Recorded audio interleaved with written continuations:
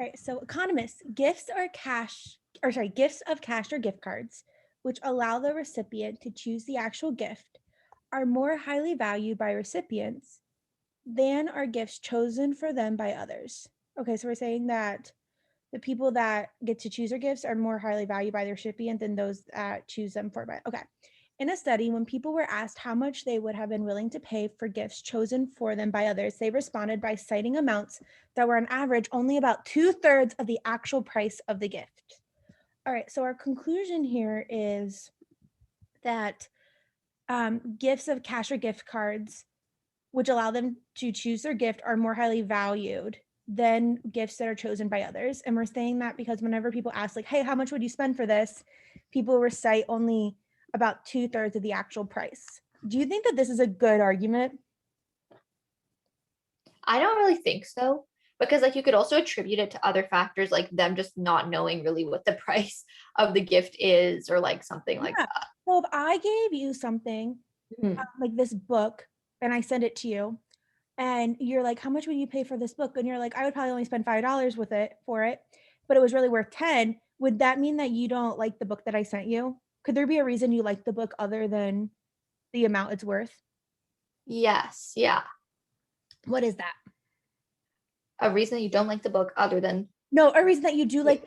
you like the book more than, like, even though you might not have spent more than Oh, $5 on it, could there be a yes. reason you like the book other than just Well, the, you might just like not be good at valuing items with money. or what else might you like from someone? Like, why might you like a book Oh, like from, the sentimental part. yeah, like maybe like, yeah, my tutor got me this, like, 1L book and it's really cool. Like, it was really thoughtful. Like, I probably wouldn't spend Right, much money on it, but it means a lot that someone thought about me, right? right, right. So if we wanted to weaken this argument that gifts of cash are more highly valued than gifts that are chosen by others, how could we weaken that? Okay, so should I just, oh, okay, if we wanted to weaken it. Well, by showing that like people still value gifts for sentimental reasons or Yeah, something. something could be valued for a reason other than just the cost. Yes. Excellent. All right. So Okay. it's a weekend question. Go ahead and start with A. Okay. Has been steadily.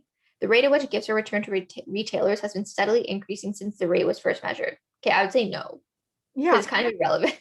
Yeah. The rate that gifts are returned. Well, actually, and I feel like that actually like supports this. That people don't like gifts that you get them. Yeah. Gifts of cash and gift cards currently represent only about 14% of all gift giving. That's irrelevant too, because Yeah, like just we're not 'cause really it's not talking about it. popular doesn't mean that it's not the ideal. Yeah. People in the study would have been willing to pay more for gifts chosen for them by close friends and relatives than for gifts chosen for them by others. Um, okay, I would keep this one maybe because it like kind of talks about the sentimental point. Okay. People are unwilling to sell gifts chosen for them by others unless chosen for them by others unless offered about 1.5 times the gift's actual price. Okay, I would keep this one too Okay. because it shows that like they value it. And then most retailers require receipts before people can return gifts, so that I would cross out. Excellent. So now, which Okay. one does most to weaken our argument? And let's go back to our conclusion. So our conclusion is gifts of cash or gift cards are more highly valued than gifts chosen Yes. for them by others. Okay, so I think people are willing to sell gifts chosen. Maybe like you would keep DE because it talks about like the actual value of something. Yes, and why is C wrong?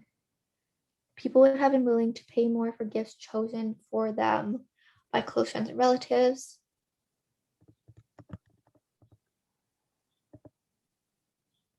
Um, well, maybe because you, What is our conclusion comparing? so the conclusion is comparing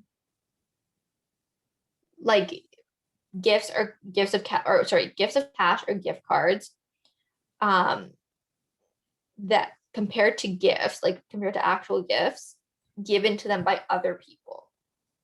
Yes, then what is C talking about?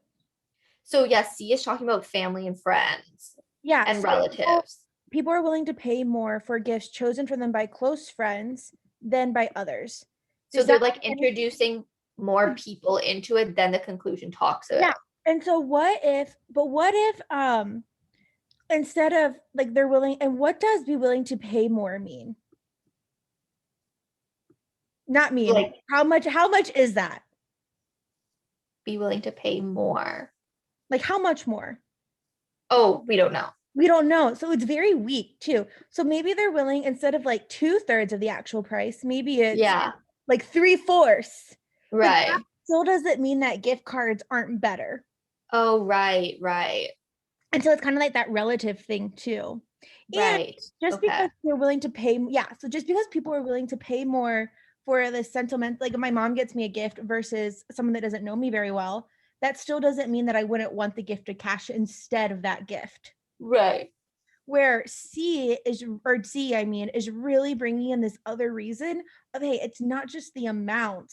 There's clearly something else that people are holding on to it, where it's like, yeah, I want to spend this, but I'm not going to give it up unless you pay for about 1.5 times of the actual gift. So it actually means more to me Mm-hmm. than what the cost of the gift is itself. Like, I don't even want the gift Oh, card true. because Right. that amount back. Like, why would I want the gift card if I'm not even going to Okay. sell this gift? Yes. And so that's why it's D. Okay.